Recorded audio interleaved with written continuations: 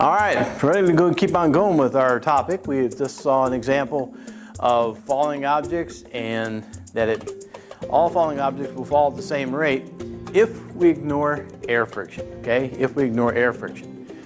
And there's also a video assigned to this, this lesson where we have a gentleman who took a bunch of feathers and a bowling ball, put them in a very special chamber, and they evacuated almost all the air out of that chamber to eliminate all the air friction, and the videotape is awesome. It's a great video showing how the bowling ball and the feather fall exactly the same rate in the presence of no air, no atmosphere, okay? Well, we're gonna go from there. If you haven't seen that video, make sure you click on that to watch that sometime. We're gonna keep going here, and we're gonna start talking about this objects and how they're falling. And we want to analyze what happens when an object falls. So we're going to first start here with, we'll just start with a ball. And we're going to do a stopwatch, use a stopwatch here. And we're going to let t equal to 0 seconds. So when we first start the stopwatch, we're going to take this ball, no air friction, and we're going to let go of the ball, okay? And the initial velocity right there, of course, when you're holding it still, the velocity is 0, relative to the room, of course. And then we let go of that, the initial velocity, the instant you let go, is 0 meters per second. Okay? Now, on Earth, this is going to be different for each planet that we're on. We'll actually get into this later, which is actually really cool. We study a little bit more stuff about planets. But when you drop an object like this on Earth, because of the mass of the Earth, every falling object will actually fall at the same rate, and this is the magic number. So this could be a ball, it could be Grandpa's old Buick, it could be a feather, it doesn't make any difference. All objects, when you first start the timer, the initial velocity is 0. And of course, I'm exaggerating on distances here, but let's say at t is equal to 1 second, our object is now going, or this is factual, okay? It doesn't matter what you're dropping, all objects on this planet with no air friction are going to be going 9.8 meters per second. Okay, 9.8 meters per second, almost 10 meters per second. Now that may not mean a whole lot to you, so I want to draw your attention to something. This is 1 meter. Our planet, when you go to drop an object with no air friction, that means after 1 second, 0, 1001. In 1 second, 1001, an object, anything you're dropping, is going to be going almost 10 of these per second. Per second. Can you run that fast? Think about that. Try to run 10 meters in 1 second. You'd have to be flying. You'd have to be super, super fast, okay? So it's amazing that all you got to do is to drop something and you're already going almost 10 meters per second, okay? Now something we want to add to that, because remember in physics, direction means everything to us. Right, left, positive, negative, up, down, positive, negative. We want to take close attention to, if I could talk straight, that downward, we agreed, was going to be negative, just like the Cartesian coordinate system. So we're going to put a little negative out front here to remind us that is going in the downward direction. Now, after the next second, we're going to keep on analyzing this. And of course, this thing is speeding up. It was going 0, now it's going almost negative 10 meters per second. A little while later, it's going to travel even farther. And at t is equal to 2 seconds, our object, no matter what it is going to be going another 9.8 meters per second. In other words, from 0 to 1 second, it gains negative 9.8 meters per second. You give it another second, it's going to gain another 9.8 meters per second, or negative. So 9.8 plus another 9.8, it's going to give me a negative 19.6 meters per second. Again, almost incredibly amazing. 0, 1001, 1002. In 2 seconds, whatever this object is we drop with no air friction is going to be going almost 20 meter sticks per second. Okay, that's amazing how fast that's going. And then let's say we keep on going. Of course, to draw this accurately, and I have to draw this way down here on the floor down there. I'm just kind of making up for this in the distance here. But let's say down here at t is equal to 3 seconds, we're going to be going another 9.8 meters per second. So our velocity now is going to be up to, I believe that's 29.4. Double check, make sure I don't goof you up. Yep, that's another negative 29.4 meters per second. Negative. So almost 30 meter sticks per second. So every second that a falling object falls, it gains another 9.8 meters per second. Okay? So since we're talking about acceleration now in the vertical direction, and we're talking about gravity, let's do a quick calculation on that acceleration right there. So this acceleration, we'll do the VF minus VI divided by t, and we're trying to find that acceleration right there. The final velocity, we'll do it just between here and here. So the initial velocity was 0. Final velocity was, I'm going to space this out a little bit, it's kind of small in there. Final velocity was negative 9.8 minus initial velocity is 0. All that divided from here to here is 1 second. So just 1 second.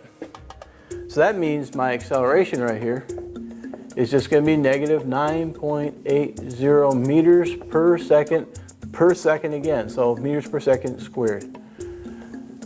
So every time, every second that goes by, this thing's going to keep a constant acceleration of negative 9.8 meters per second squared. It keeps gaining another negative, if I can draw things straight here, negative 9.80 meters per second squared. And then it gains another negative 9.80 meters per second squared. So this is the acceleration of all falling objects on planet Earth. Okay? If you go to the moon has 1/6. Okay? Our moon has 1/6 the size of our planet. So its gravity, the acceleration of gravity on the moon is a lot less. It's about 1/6. So falling objects on the moon, you go to drop something on the moon, it's going to go down a lot slower. Okay?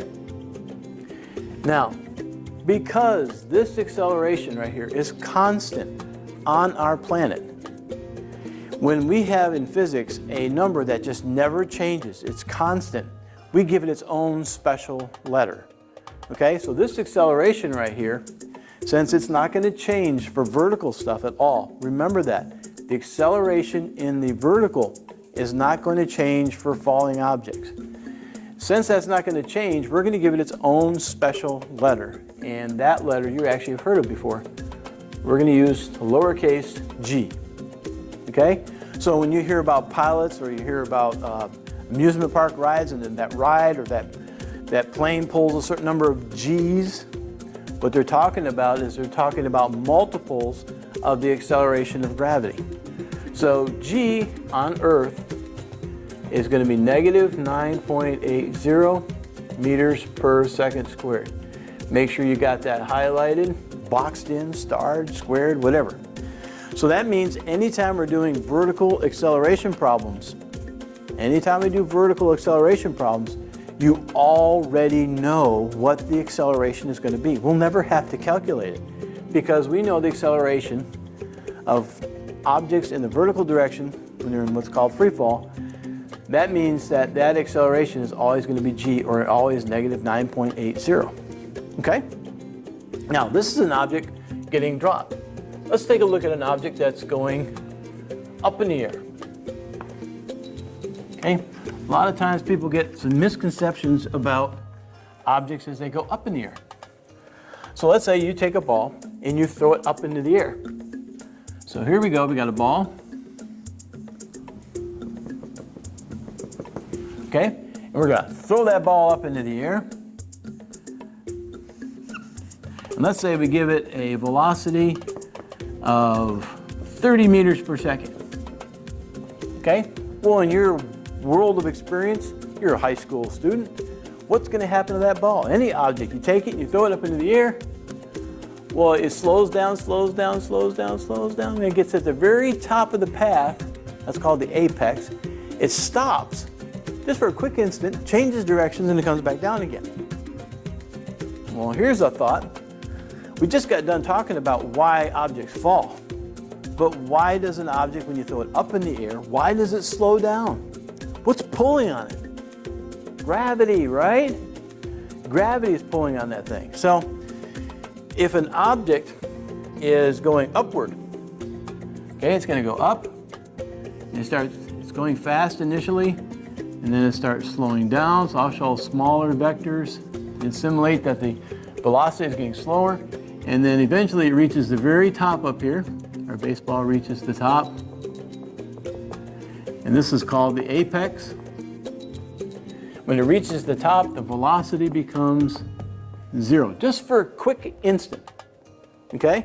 So the initial velocity is down here, goes up, and gravity the whole time. The acceleration of gravity, I'll put it as a vector because acceleration is a vector. The acceleration of gravity is always going to stay negative 9.80 meters per second squared. So do you remember when we talked about what happens when, if you have your velocity going in one direction and your acceleration goes in the same direction, you speed up? Okay, remember that? And we talked about what happens that if you have your velocity going in one direction and your acceleration is in the opposite direction, you're going to slow down. Right? Well, if you look at this, our velocity right here is going up. But which way is gravity always pointing? Down, right? So with the velocity going up, the acceleration going down, they're in opposite directions. And if they're in opposite direction, your object's going to slow down. And that's why the ball slows down. Because your velocity is pointing up, but the acceleration is always pointing down. So we're going to make it go slower and slower and slower. So we can add that right here. It slows down. Right?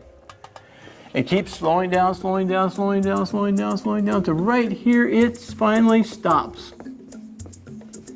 Okay? It stops at the top up there at the apex. But as soon as it reaches the apex, did gravity turn off? No. Nobody came over to the great big switch and turned the gravity off. No, it's just gravity's on all the time. Okay, nobody ever turns gravity off. So our object, the vectors are in the opposite direction, so it slows down, slows down, slows down, slows down, slows down, slows down until velocity is 0. And now it's just like the object that we talked about when you dropped it. So now the velocity is going to start pointing down. Your acceleration is pointing down. They're going in the same direction. Both of them are down. So your object is going to speed up. So as the ball comes back down again, it speeds back up again. Okay? So it's interesting to see that even on the way up, a lot of people don't understand it's still gravity. It's still doing its job. It's still never been turned off. Nothing's changing. It's just on the way up. Gravity makes things slow down. Then it makes it stop. And then it begins to accelerate it back down again, just like we initially talked about. Okay? So let's do a couple of example problems here. This is what we're working up to. There used to be a really nice trick physics question. This would be a good time for me to tell you what it is. Somebody asked, they said, okay, they got an object in their hand. Let's say I got this little pencil sharpener thing here. Let's see if I can do this without dropping it. Okay, I got this little pencil sharpener thing, and what I want you to do is tell me, when does gravity begin to pull on the pencil sharpener? Okay, I'm going to throw it up into the air and let it come back down. You tell me when gravity begins to pull on the object. So I get ready to, yeah. I mean, some of you are already figuring it out. You're already going, well, gravity's pulling on it right now, Mr. Mackey. So you're right, it is. Gravity never turns off. Some people think that gravity only starts to pull on objects when it starts on its path back down. As we just saw, gravity acts the whole time. It never turns off. What's sitting in my hand, it's still working. Nobody comes along and turns off the big gravity switch. Okay? So first thing we need to do is we need to have 3 new kinematic equations that we can use in the vertical, okay? So let's write down those 3 that we had before from the horizontal world. We had A is equal to VF minus VI divided by T. We had D is equal to V initial velocity times time plus 2 times A times, whoops. Sorry about that, oopsie. Doing this too long. VIT plus, wow, I'm gonna have to edit that one out. D is equal to VIT plus 1/2 AT squared. Woo! Been a long day. And then the last one, VF squared is equal to VI squared plus 2AD. Okay? Now we're going to take these 3 kinematic equations and we're going to convert them to vertical. And it's really easy, extremely easy. I already told you, anytime we're dealing with vertical problems, you already know what the acceleration is, don't you? What's the acceleration in the vertical? Whether the object's going up or falling down, what's the acceleration always going to be? Gravity, right? And gravity has its own special letter. So we're going to change all these A's to G's. Change the A to a G. Change the A to a G. That's all we really have to do. Now, if you want to try and keep things real clear, we got to be careful because this D right here and these velocities in here, they're only in the vertical. Okay, they're only in the vertical. So some people like to do, and some books like to do, is after the D, they like to put a little subscript Y to remind everybody it's in the Y. So this little D, they might put a little Y right there. You can do without it, as long as you remember it's always in the vertical, because that G is right there. That reminds us. Same thing with the initial velocity. Some people put a little Y's in there. Okay? Some people don't like it because there's too many subscripts, too many letters, too many things confusing me. Okay? So let's try some simple problems. Let's do example 1. How fast will a rock be traveling after 9 seconds? We'll just stop it right there. How fast will a rock be traveling after 9 seconds? I better add a little something. After being dropped. Being dropped. There, make it a little clearer. Wow, that don't sound like much at all. Acceleration problems, usually you got 3 numbers in there, sometimes 2. But man, this has only got 1 number in it. First of all, how do I know it's an acceleration problem? Because it has something to do with dropping an object, right? Anytime you're talking about something in the vertical direction, it's probably going to have to be an acceleration problem, especially if you know gravity's pulling on this thing. So let's write down what we know. I see a number over there, 9 seconds. All right, I see 9 seconds. What is that? That's time. All right, so let's circle that T right there. That's one variable. What else do you know about this problem? It's being dropped. So what's the acceleration? You already know it, right? Nobody has to tell you. What's the acceleration? Gravity, right. So we already know gravity. That's negative 9.80 meters per second squared. That's going to be G. And yeah, they're never going to tell you these kind of things and these kind of problems. In physics problems dealing with the vertical, they're going to assume that you know that this is a gravity problem, a gravity acceleration problem. So they're never going to tell you that G is negative 9.8. They're going to assume that you remember that, okay?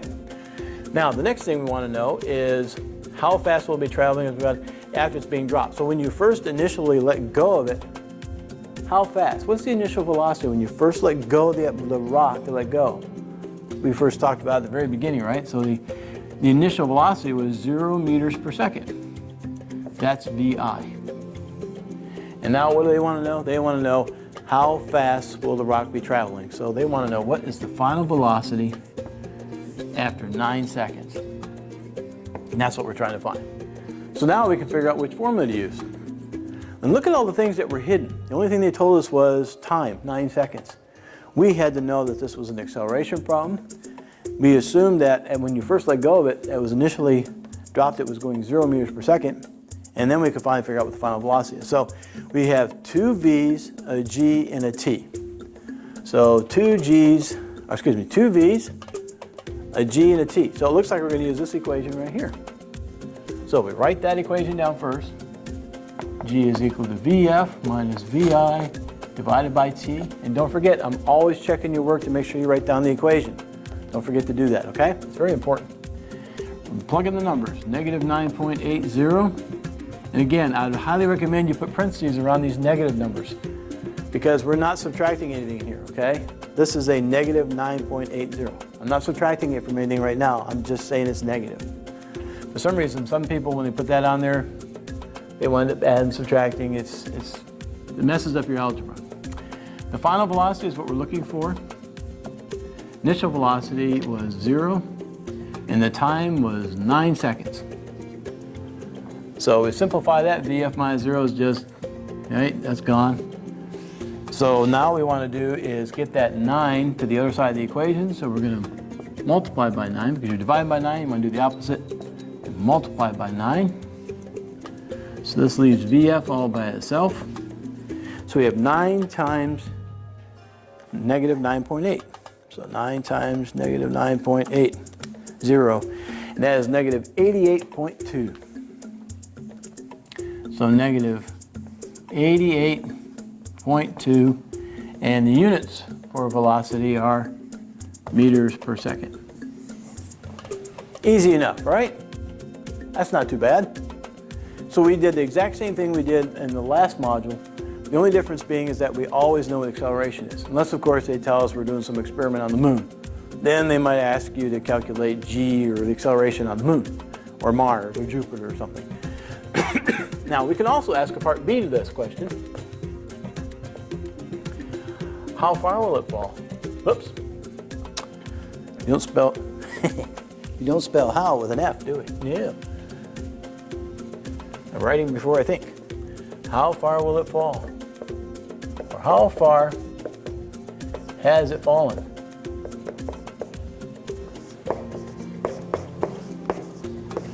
We don't know if it's hit the ground yet, right? We just want to know how fast it was going after 9 seconds. So we're asking how far. In other words, what is D? Okay, this is just like the other module where we got to ask multiple questions about the same problem. So now there's one thing we don't know, and that's D. Well, we can't use this equation because there's no D in it, right? So we have to use either this one or we got to use this one and solve for D. Well, this one right here is already solved for D, so I'm going to go ahead and use this one right here. And you could use either one. So this is the distance in the y direction. In other words, how far, when you first let go and it went down, how far down did it go down? So dy is equal to VIT plus 1/2 GT squared.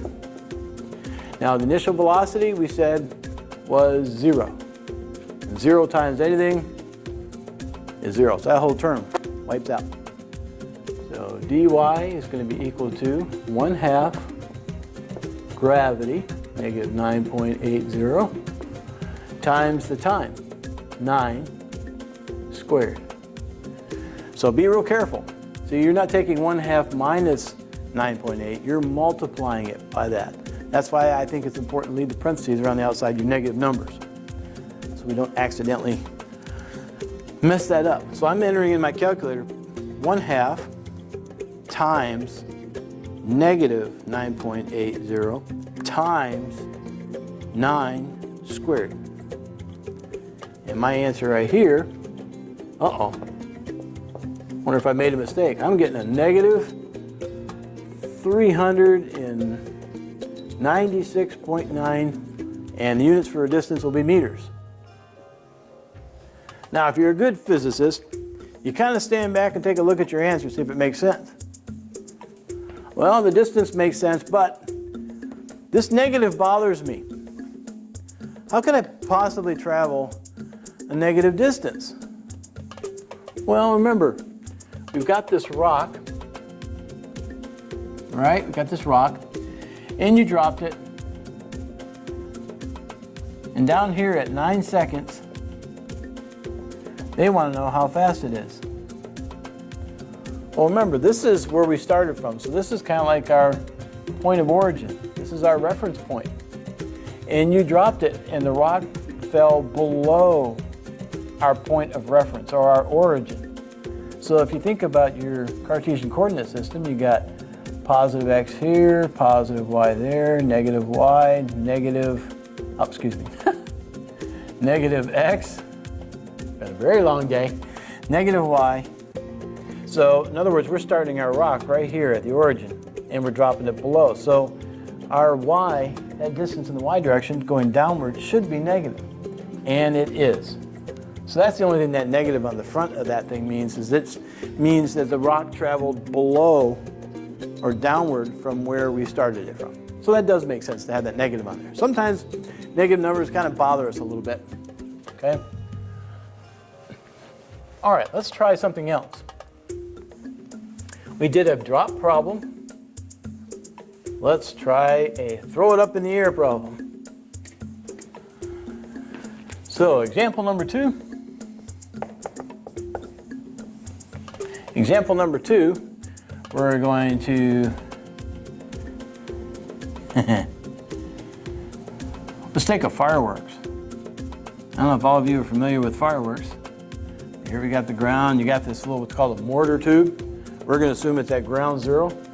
There's a little charge down here in the bottom underneath our fireworks, and you light that fuse, and it goes, and it shoots the firework off the ground here. It's used sometimes a little round thing, sometimes a little canisters, depends on what kind you want to get illegally from South Carolina. But anyways, if you let this thing go, there's some sort of initial velocity here, and our firework goes up, up, up, up, up, up, up, up, up, up. And if whoever designed the firework did a good job, there's a timing fuse on that thing so that when it reaches the apex up here, it's close to when it all of a sudden reaches zero, it goes boom, and it does a nice big display. You don't want it to go off here. You don't want it to go up and come back down and blow up over here somewhere. It's too close to the crowd. So you want it to explode up here at the apex. Okay? So let's say our initial velocity right here is 90 meters per second. Okay? Our initial velocity in our firework right here is 90 meters per second coming off the ground. And question A is going to be, how high will it go? How high will the firework go?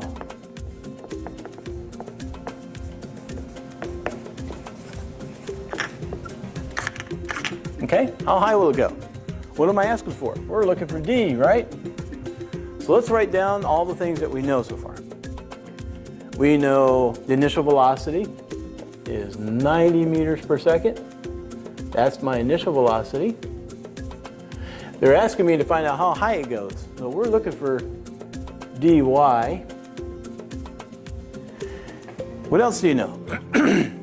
Gravity. That's right. Nobody turned gravity off. Right? Gravity's still cooking over here, so we still know gravity. So gravity is still negative 9.80 meters per second squared. That's what's slowing down our fireworks mortar as it works its way up. And what else do we know? Well, if it reaches the apex up there, if this is a perfect firework, when it reaches that apex, right before it explodes, what's its velocity? The velocity up there at the apex is 0. So if it starts down here with 90 and it ends up here with 0, then this is we can make that our final velocity. So that 0 right there, meter per second, is going to be my final velocity. So what equation has an initial, a distance, an acceleration of gravity, and a final velocity. It's got two V's, a G, and a D. Two V's, a G, and a D. So we're going to have to use the third equation right there. So we'll write that down. Vf squared is equal to Vi squared plus 2GD. I'll put a little y there. The final velocity up there at the apex, that's 0. So that goes to 0 right there. The initial velocity is 90. That's really cooking pretty good. And this is 2 times gravity. And we're looking for dy. Now remember, that's why I put that in parentheses. So I remember it's 2 times negative 9.8. This is not 2 minus 9.8. It's multiplied. So be careful with those negative numbers. All right, let's simplify this thing a little bit. 90 squared. Well, 9 times 9 is 81. And there'll be 2 zeros on the end of that. Plus 2 times negative 9.8. That's going to be negative 19.6. And we still got a dy over here. Now, first thing I got to do is I got to get this to the other side of the equation. I got to get all the other terms on the other side of the equation away from my variable. And this is an extra term. And it's a positive 8100, so I got to subtract 8100 from both sides. When you do that, 8100 comes over on this side as a negative.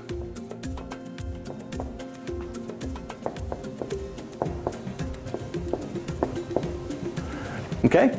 And now I can get rid of that negative 19.6 by dividing by negative 19.6 because there's a multiplication in between. So I can do the opposite and divide. So I'm going to divide by negative 19.6. That way 1 on the top, 1 on the bottom goes away. And you're left with dy is equal to negative 8100. Let's turn on our calculator. So negative 8100 divided by negative 19.6. That gives me a positive number of 400.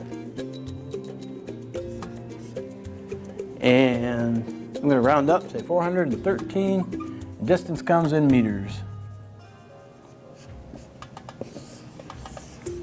Okay?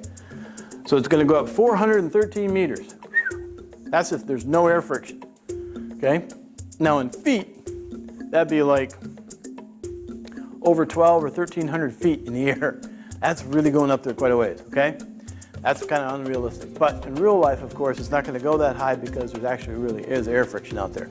Now, if we're shooting this stuff off from the moon or something like that, well, but there's no atmosphere on the moon, so there's no air friction. Plus, the G would be different. It's a totally different story here. All right, there's one more thing we can do. And if you make fireworks, this is actually really important. If you make fireworks and you got to cut the fuse so it will burn just the right amount of time from here all the way up to there so that when it reaches the apex, it explodes. So how much time does it take? How much time? So this is kind of like question part B. How much time is it going to take for that firework to go from the ground at 90 meters per second and go all the way up here and reach 0? Because right at that time, that's when you want that thing to and explode and make this big, beautiful firework. So now we want to find time. So what equation do you want to use for time? Well, this one doesn't have time in it, so we definitely don't want to use that one. This has got time in it twice. Right? We could use that, but because this is t to the 1 power and this is t to the square, if you want to use this one, you're going to have to use the quadratic equation. You remember what the quadratic equation is? Negative b plus or minus the square root of, we could do that, but we'll keep it simple. This one's got time in it. It's a pretty simple equation. There's only one t instead of a t and a t squared. Let's use this one right here. So we're going to use gravity. I got this all kind of crammed in here a little bit tight. Is Vf minus Vi divided by t. Now G is negative 9.80. Vf up there, that's 0, right? So I'm just going to leave that off. That's a 0. And we got a minus the initial velocity, which is minus 90. And that's divided by t. Now, remember, we got to get this out of the denominator, so you got to remember to cross multiply and divide. And when you do that, basically it swaps the denominator down here for with the numerator up here. So the opposite corners swap. So I'm going to take my negative 9.8 and put it down where the t is. I'm going to take the t and move it up here where the negative 9.8 is. So I'm going to have t is equal to negative 90 divided by negative 9.80. And we're going to get, oh, this is exciting. What are we going to get? I'm going to have to set my fuse so that I got, let's see, negative 90 divided by negative 9.8. And I better set that fuse for 9.18 seconds. So 9.18 seconds. So whatever fuse you put on there, fuses burn at certain rates. You'd have to make sure that that fuse burns for exactly just over 9 seconds. And then right up there at the top, boom, it'll explode. Show this beautiful firework. Okay? And notice on this thing, on time came out to be positive. I wanted with a negative divided by a negative. If you ever get, there's certain things in physics you do not get. One of them is a negative time. If you ever come up with negative time, whoo, that's a warning sign. Flashes going off, explosions, blinking lights. That's telling you that you did something wrong up here. Because you should never calculate and come up with a negative time. If you do, and it proves that it's right, well, we need to talk. You just figure out how to turn time backwards, which is just amazing, right? So, anyways, we've done a couple of exciting up and down questions. I've introduced you to the new world of gravity, kinematic equations in the vertical. You have a good understanding of that. Hopefully you watched the video on that guy dropping the bowling ball and the feathers inside the vacuum. That is just mind-boggling to watch that happen. So I hope you've had a good time. You've got the necessary tools here to do some pretty cool calculations. We're going to have a cool lab with this because this negative 9.8 right here, that's the average for the entire Earth. Depends, it changes a little bit. If you go down the Death Valley versus the top of Mount Everest, that value for G actually changes a little bit. So we're going to have a fun lab where we actually go in and we figure out what is the exact gravitational acceleration for our school right here on this campus. Okay? So it's been great being with you. Take care of yourself, take care of your family. Email me if you got any questions or if you need any help.